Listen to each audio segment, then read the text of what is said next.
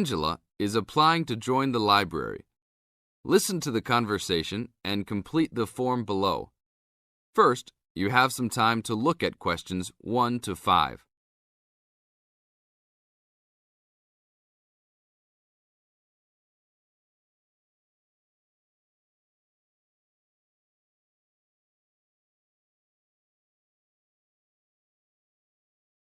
Now we shall begin.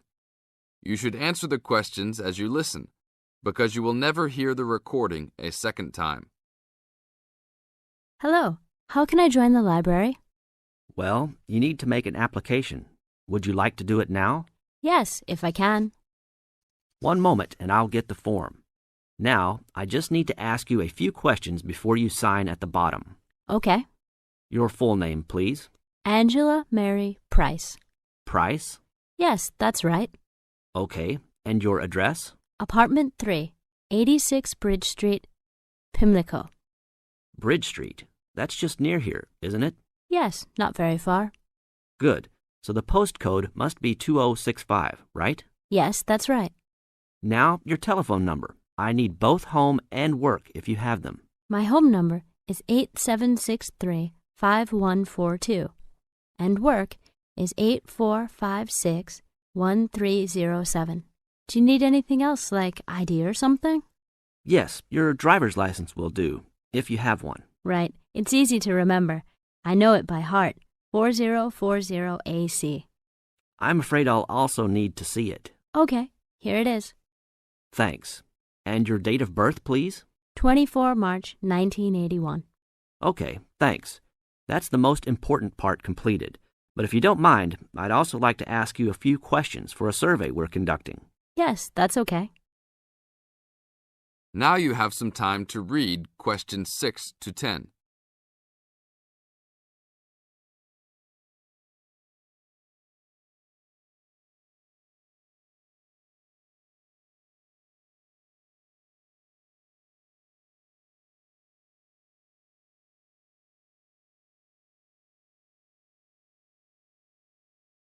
As the conversation continues, answer questions 6 to 10. What kind of books do you like to read? Here's a list to look at. Oh, it varies from time to time, but I always like to relax and learn about other countries I might visit one day. I don't like anything too heavy or serious, unless it's about animals or the environment. I'm not really into sport very much. Anything else? Well, I do like entertaining at home. You know, dinner parties. So I suppose you'll have something for me in that line. The pictures in those books always make me hungry, although they never seem to turn out exactly as they look in the books. Fine. I think that's all I need now, except I need you to sign here on the application form. Oh, and I almost forgot. The membership fee is $20, which is refundable if you no longer stay a member. There you are. Do I sign at the bottom here? Yes, that's right. You can borrow books now if you wish, although your membership card won't be ready until next week. So if you want to borrow today, you can pick up your card when you return your first books. That's if you want to take some now. I think I will, but I'll have a look around first. Okay, take your time. That is the end of part 1. You now have half a minute to check your answers.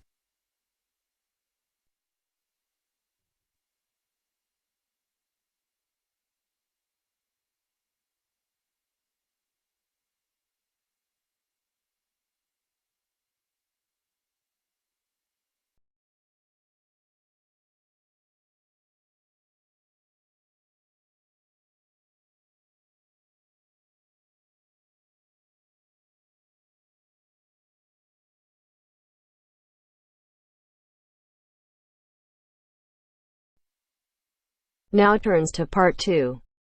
Part 2. You'll hear someone talking to a group of university students. First, you have some time to look at questions 11 to 17.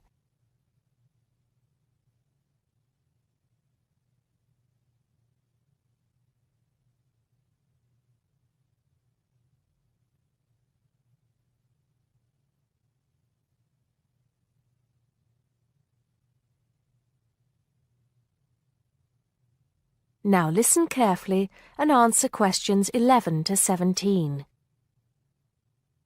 Good morning, everybody, and welcome to Upton University. I hope you are settling in and beginning to find your way around.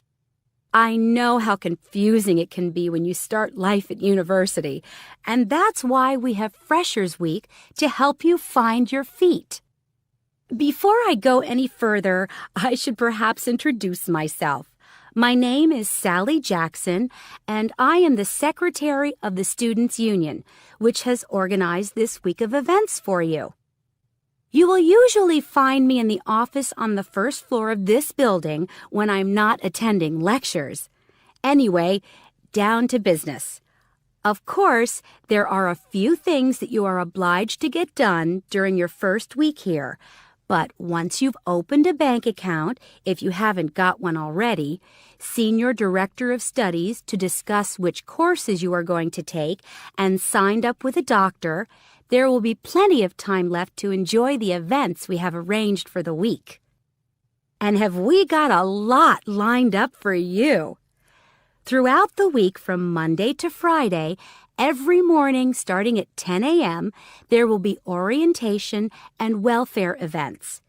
These will include tours of the campus, which, as you have probably noticed, is the size of a small town with 9,000 residential students, as well as sessions on developing study skills. We also have tours of Upton itself arranged for you, with a bus leaving from outside this building every afternoon at 5 o'clock. There are a number of interesting things to do and see in and around Upton, so you can expect visits to the castle and museum as well as the popular Ghost Walk. You'll need to sign up for this one, as numbers are limited. Just put your name on the list on the notice board in the entrance lobby. An important event is scheduled for Monday, that's the day after tomorrow, when we will be holding the academic fair. This is an opportunity for you to speak to students and academic staff about the courses that are on offer. The academic fair starts at 1 o'clock, by the way. There are a couple of other fairs that I think will interest you. First of all, we have the Societies Fair on Tuesday the 16th, which I think is an absolute must. You might not believe it, but the university has over 150 societies and sports clubs you can sign up for, so you are sure to find something of interest to you. That also starts at 1 o'clock, and it will be here in the Union Building. Also in this building is the Trade Fair on Wednesday from 2 until 5 in the afternoon. This one might sound a bit strange because you will find a load of banks and other businesses here trying to get your custom. You will find plenty of bargains and, best of all, a lot of the businesses give away stuff for free. Before you hear the rest of the talk, you have some time to look at questions 18 to 20.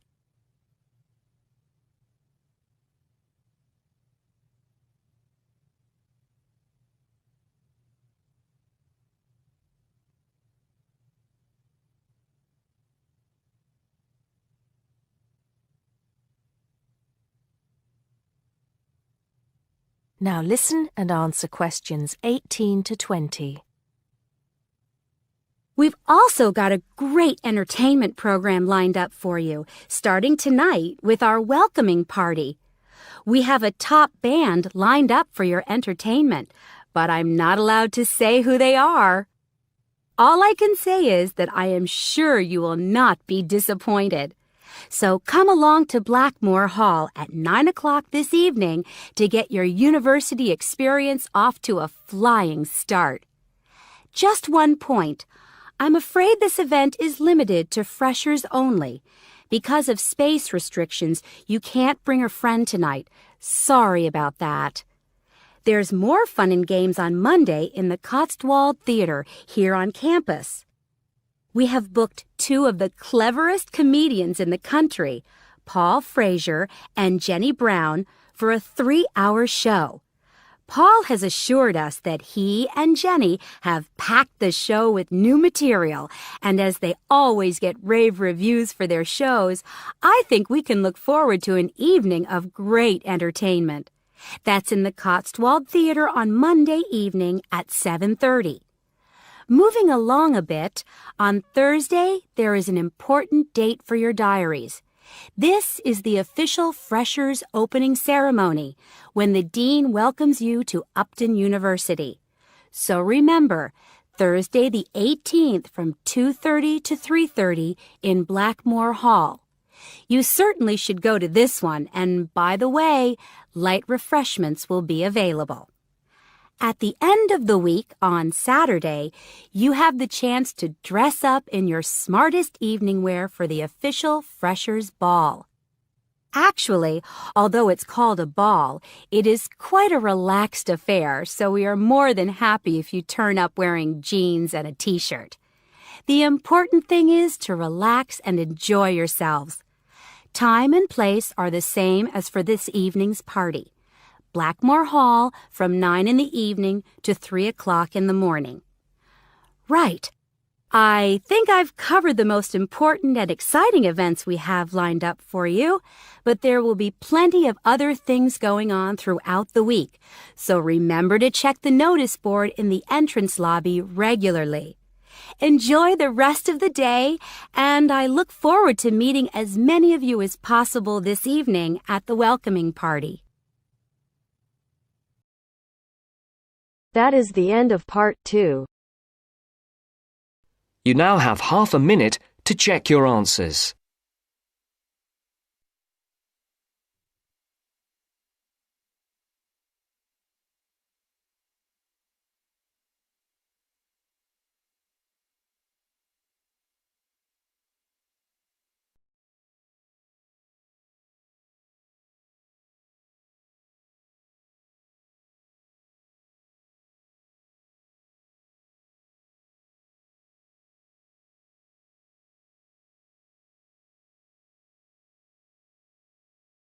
Now turns to part 3. Part 3. You will hear an interview with Professor Green from a local university which enrolls a large number of overseas students in its courses. He is talking to Indra, a student representative, about the importance of attending lectures. First, you have some time to look at questions 21 to 24.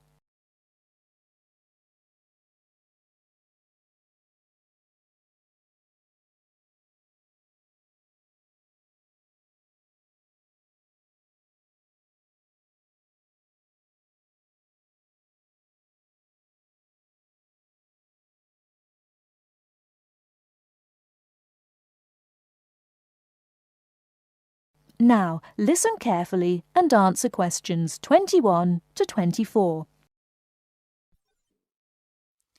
Good afternoon, Professor Green. Thank you for your time today. I wonder if you could explain why you think it is important for us to attend lectures in a course that we're studying. Well, despite the increasing dependence on online communication these days, I do think it is important. Apart from delivering the content of the lecture itself, I believe that there are some general communication benefits from having large groups of students together in one place. For lecturers, it is an opportunity for us to address many students together at one time. For students, it helps you to feel part of the wider learning community who are following the course. You can interact with each other both before and after the lecture to discuss the ideas and content, networking with each other and comparing your notes. But isn't most of this achieved, as you said, these days through online communication? Well, lecturers do communicate with students online, of course, but we usually only give a summary or notes of the lecture, so there are significant differences. When you go to lectures, you get more of an insight into what the lecturer considers important. We give additional commentary and anecdotes, and by voice emphasis, we can alert you to the key concepts, theories, and issues of the subject. By not attending lectures, you might miss crucial information about what we are expecting in an assignment. You know, these extra things can make a difference. OK, but there are tutorials.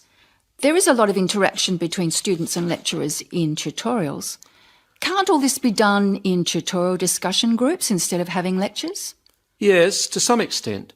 But during lectures, the lecturers can sensitise you to the debates and the controversies that are dealt with in the literature. This can help you think more critically about the subject. So then, when you come to the tutorial, you'll be able to come with some questions and ideas for discussion.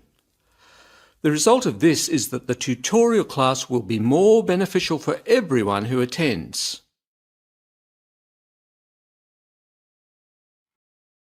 Before you hear the rest of the talk, you have some time to look at questions 25 to 30.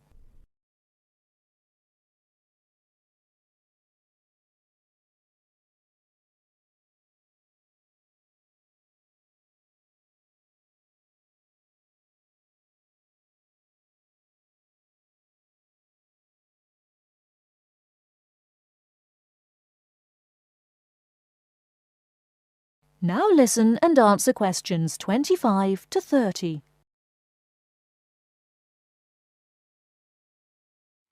I see your point. However, surely this also depends on whether students are able to understand and follow the lecture well. What strategies do you recommend to help students get the most out of lectures? I would say that first of all, it is important to do some pre-reading. By doing this, you get an orientation to the topic. You'll become familiar with the key terms and you'll be able to follow the lecture points more easily. I also think it is good to arrive early to collect handouts and to find a seat where it is easy to see and hear what is going on. Then, importantly, during the lecture itself, you need to be attentive. I know from experience that it is often difficult to be attentive. What can students do to improve their attentiveness during the lecture?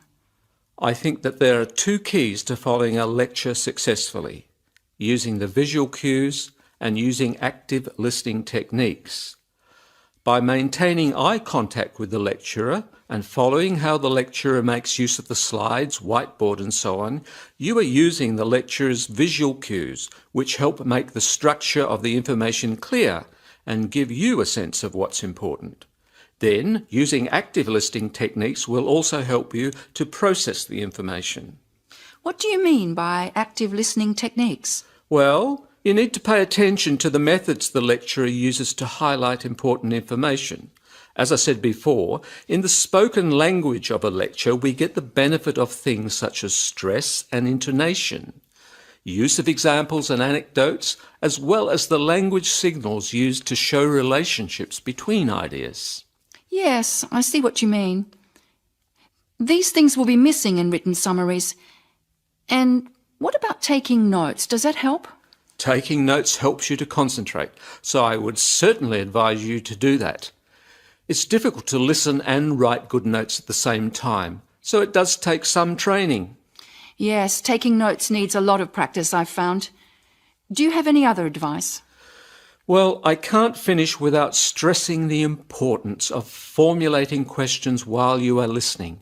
During the lecture, you should ask yourself questions about the content of the lecture and the points you are following.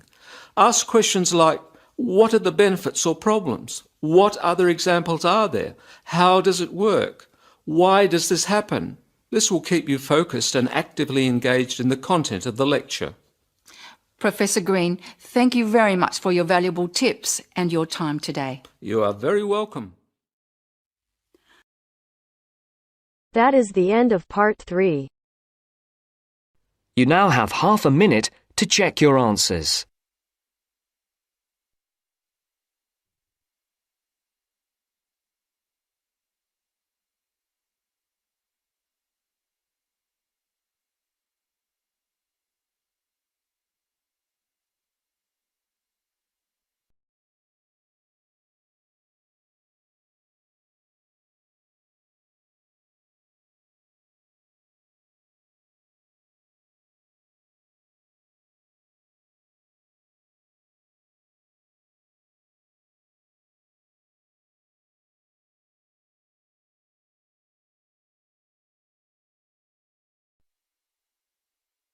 Now turns to Part 4. Part 4. You are going to hear a talk given by Jim Allen. He is going to share some of his findings of his research. Now you have some time to look at questions 31 to 40.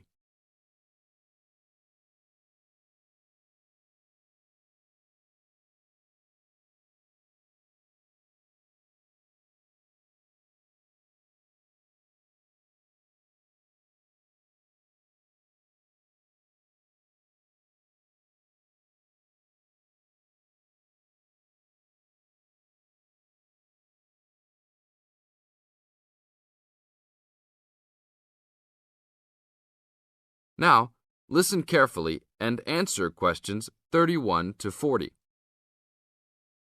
Good morning. Today we'll be hailing from Jim Allen, who will be sharing some of the findings of his research project from last term. Jim. Thanks. Well, to start with, a little bit of background about the project. As you can see, our title is something that is relevant to everybody in this part of the world: water safety. These days, there's a lot more to water safety because of the increasing number and range of boats and other things people use on public waterways. I'd become interested through reports on radio about the number of incidents involving small powerboats and individual watercraft such as jet skis. It seemed to me that because these craft were essentially recreational and didn't require licenses to use, there was very little opportunity to influence the users towards being safety conscious. So, I decided to make this the focus of the project. For the research, we mainly relied upon talking to people, asking them questions in preference to using a written questionnaire. We interviewed a wide range of people at a number of popular swimming locations over 2 consecutive weekends and asked them what they'd observed or experienced themselves. The respondents were both male and female, but the men were just slightly in the majority. We were pleased with their willingness to talk about the subject, and all told, interviewed 145 people over the 2 weekends. So, what were the findings? As you can see, 86% of people reported having had some type of problem.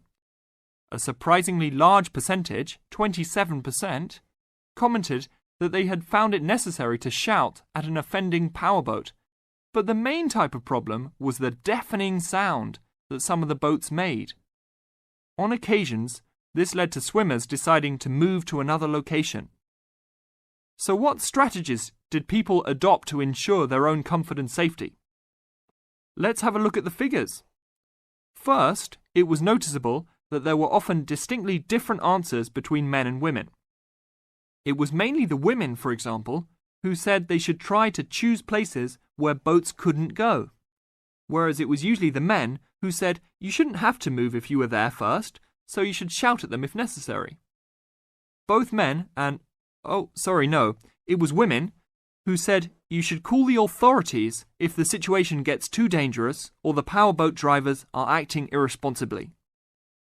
Then, I had thought it would be mainly women, but both sexes made the point that above all, it's important to get children away from any possible danger. Men were very aware that jet skis could be unpredictable in inexperienced hands. They also made the point that it's much safer to have your car nearby and clearly visible to any watercraft if you're swimming in a relatively remote spot. Finally, wearing visible clothing, men didn't think it was quite as important as women, but both gave it a high safety rating. When we asked them what they thought the government should do to help solve the problem,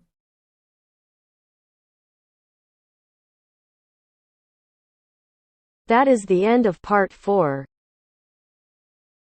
You now have half a minute to check your answers.